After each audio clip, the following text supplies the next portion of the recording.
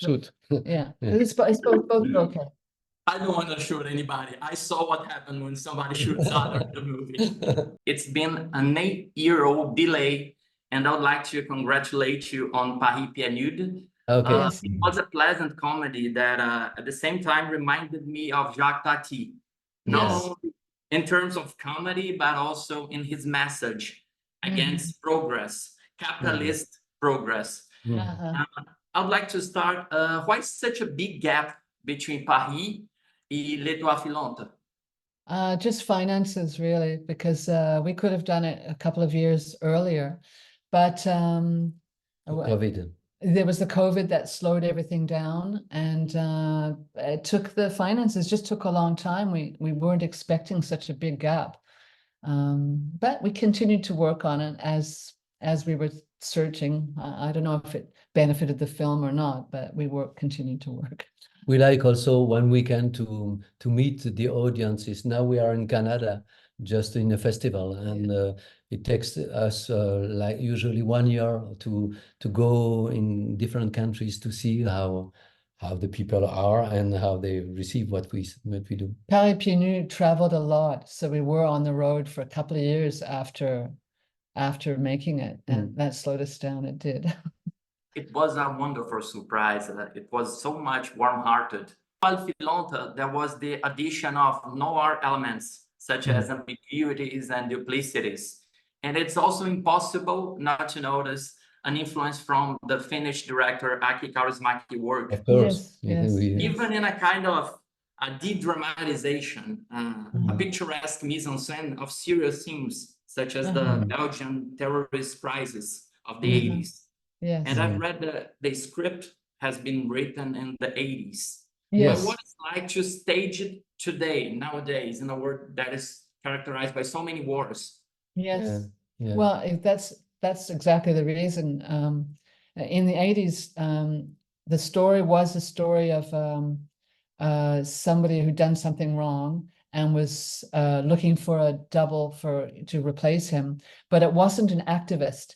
And I think it's our turmoils of today and the chaos of the world today and the war and the difficulties that made us want to tell this story with somebody who had strong ideals and did something where someone went wrong.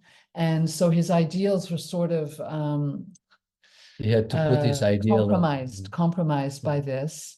And then he lost his ideals and hid away, because I think it's something very tragic and human. We want a better world, but we don't do the right thing or do it in the wrong way. And that's today. That's very much today. People don't know what to do. Should we be violent or not? It's a question everybody poses. That's why we wrote it today. That's why we did it today. Yeah, I can't help but associate with, for instance, the manifestations in US of the college students against the Gaza war. Gaza, yeah. And how they are being treated like criminals when they're just protesting. Yes. And there's a fine line between protesting and terrorism that's easily bridged. Yes. I guess. Yeah. It's just a leap. Yes. Anger is legitimate, but is violence legitimate? We don't know. We feel like it's always better to try to find democratic ways to change things, because usually vengeance is leading to vengeance. And in a way, we wrote something like that. It's like the guy who comes to for vengeance is just adding deaths to like killing to killing. Yeah. It's not. Yeah. But we do recognize that it's often legitimate, and just the way to do it has to be found. And it's hard, as you say, a lot of repression in a lot of countries, and sometimes it has to lead to violence. There's no other way. But we try to have a message more of trying to navigate in the world with hope, and also with compassion for the individual. Because in the protests in the States right now, people are ready to sacrifice individuals who have done nothing wrong for their quest. we don't have a moral to say, but it's a question to ask. It's a question to ask. You have said, Dominique, is there a justifiable violence? Just to point out, we had a Brazilian director, Glauber Rocha. He wrote an essay called Estética da Fome. And he said that the only justifiable violence was the violence of the hunger. Yes, because that appealed to our primal instincts. Survival. But, I mean, you can understand anger also today is from the hunger of our predecessors also. I mean, it's it's all understandable. But I think we need to talk about it and the world is very much a black movie nowadays. Yeah. Yes. Like it's not only a question of melancholia, it's a question of disenchantment and real heavy problems that we have to solve. When we were young, it was the 80s, and there were a lot of people in the street in Europe, like Action Directe or Brigade Rouge, of people who had an ideal and tried to impose or to try to move to that ideal. But there was violence in Europe, and we're still here in the same. It hasn't progressed. In the contrary, it's gone backwards. And so nothing changed. It's something that's continual. A perpetual cycle. Yeah. And as artists, we also feel that we need to laugh and we need to make lightness also. It's not just send a message to people to indoctrinate people for an idea that we may have, but to make them laugh and see the humans that are behind everything. And we all are a bit damaged in some way, some more than others. And we feel that merits some time and some compassion and laughter to kind of help us heal from that too. Yeah. We have talked about the cycle of violence, and we have been changing as a society because there is more disenchantment. You have talked about it, Dominique, and even skepticism among contemporary film audiences in relation to forms of expression other than those that are more realistic, not just on action movies, fantasy movies, but also on comedy. I even love how you resolved a certain argument with a choreography. It's fun, it's unique, it's something that puts the film in another perspective. But I'd like to question how difficult it is to do comedy, especially physical and circus comedy nowadays in a society that's so skeptical. It's not hard, but it's what we do, clowns. All the people who work with us, it's like a circus. There are some people coming from contemporary dance or who are clowns or mimes, and so we are used to put a lot of trying. We know that it's not the idea, but it's how we are going to do it, how our body are going to move, and so we need to work a lot on it. But the hardest part is the finance, because when you read, for the reason that you say, when you read a script which is based on movement, it's like reading a dance. If you try to write all the movements of a dancer, it's boring, and so we have to deal with that when we try to convince the people who have the money. And in Europe, it's a lecture. People read. So we don't have a lot of dialogues. We don't have a lot of psychology, or it's another way to use psychology. So that's and also it's true that the audience is more attracted to more stand-up comedy, for example, is really trending right now. And so people are less attracted to it. So it's sort of a niche, what they call a niche cinema. It's directed it's not, we don't mean it to be, but it is directed to a certain group of people. But we are confident that it's there and people will come to it when they're ready to come to it. If they don't discover it now, maybe they'll discover it later, as we discovered Kaurismäki, who is, we were very, very fond of Kaurismäki. Well, it took him quite a few films before people started to recognize the beauty of his films. It was L'Homme sans passé, the man without a past, who kind of brought him out to the success with Cannes Derry behind, of course. And maybe one day people will also discover us in a wide way.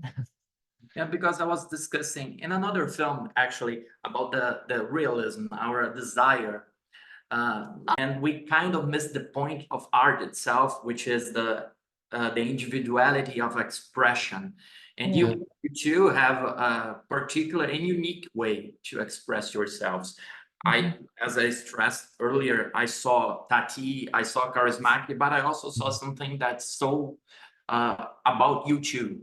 It's how you juggle, how you juggle between themes that are so oppressive, like grief, depression, and depression brings something so funny in the movie, because with the patches, I never saw patches like that before, I must say, medicine patches, but you juggle between drama and comedy. And the comedy like stresses the drama, and the drama doesn't weakens the comedy. Yeah. It must be so hard.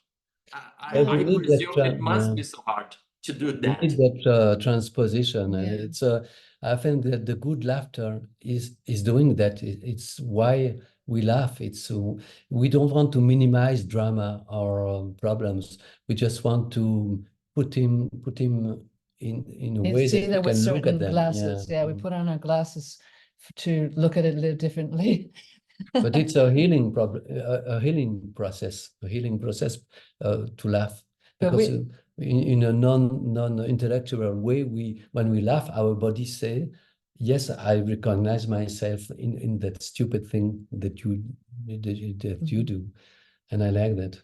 It's something, sometimes people will say, can you do something to make us laugh? And I'm not capable to do that, because for us, it's not the gag that's funny.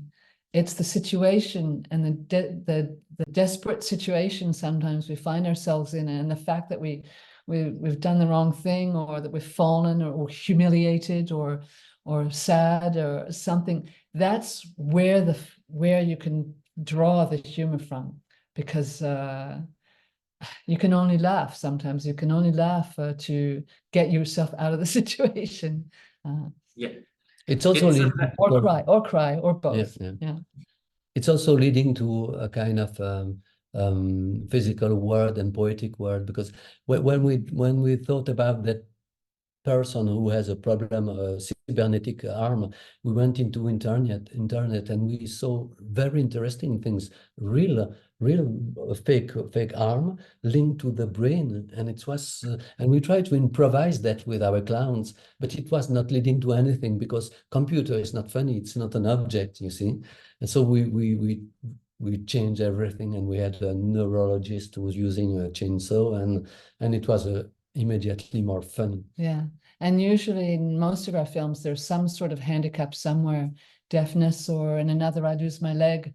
And an important part of our audience are people who do have those difficulties, because they trust that our laughter is an empathetic laughter, and it's not a laughter of mockery. It's we're with them. We're not laughing at them. We're laughing together about it. Yes, laughing is not bully. Laugh is to help ease some sorrows, some traumas, to make life easier. Our lives easier. Yeah, it's cathartic laughter. Yes, I know. If a Brazilian audience is going to watch your movie for the first time here in Brazil, how would you invite them to meet L'Étoile Filante?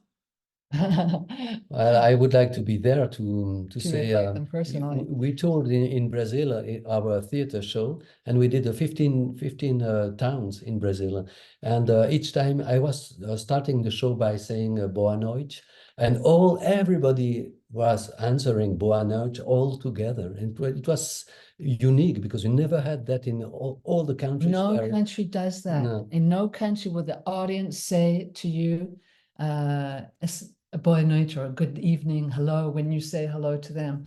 So this is the generous Brazilian public is like being adult and a child at the same time, and that's beautiful. I'm compiling a list of 1001 films to watch before you die. You know how it works. Yes. And I'm trying to get one movie from each interview I get. I will have two today. I would like you to share with me movies that are less known, but you kept close to your heart, films that are important for you. If that's okay. There is one that helped us to start. It was called Qui chante là-bas from Slobodan Sijan. It's Yugoslavian, before Yugoslavia was split. Serbian. So Serbia and Croatia and Slovenia. Yeah. Wait, yeah. This inspired us because they're at the beginning of the film and throughout the film, two kind of gypsy characters, sort of outcasts. They sing you a song directly to the screen, and then you go into the story, and every now and then they come back to sing directly. And so this sort of opened a big door for us, where it was hard for us to understand how us as actors from the theater could also do cinema without renouncing theater. So that was important. Qui chante là-bas. And another film that I know where I'm going. That's a good one. From it's pretty well known though. Yeah. Well, we really liked a Uruguayan film that we saw once called Whiskey. Stoll and Rebella. It's a duo. It's a film that we were presenting our film somewhere, and we said, we'll go see it. There was only two of us in the cinema, and a very charming story of a man, a single older man who was not able to show his affection to anybody. And his brother comes to visit. So he asks his employee in his sock factory to pretend to be his wife. It was a lovely very story. touching, very simple. Whiskey. Yeah, whiskey. And it's funny because I was speaking of that in a festival in Serbia, and I was explaining that, and somebody around beside me said, "Oh, I like it a lot." And I said, "Also, there is another one. It's The Band Visit.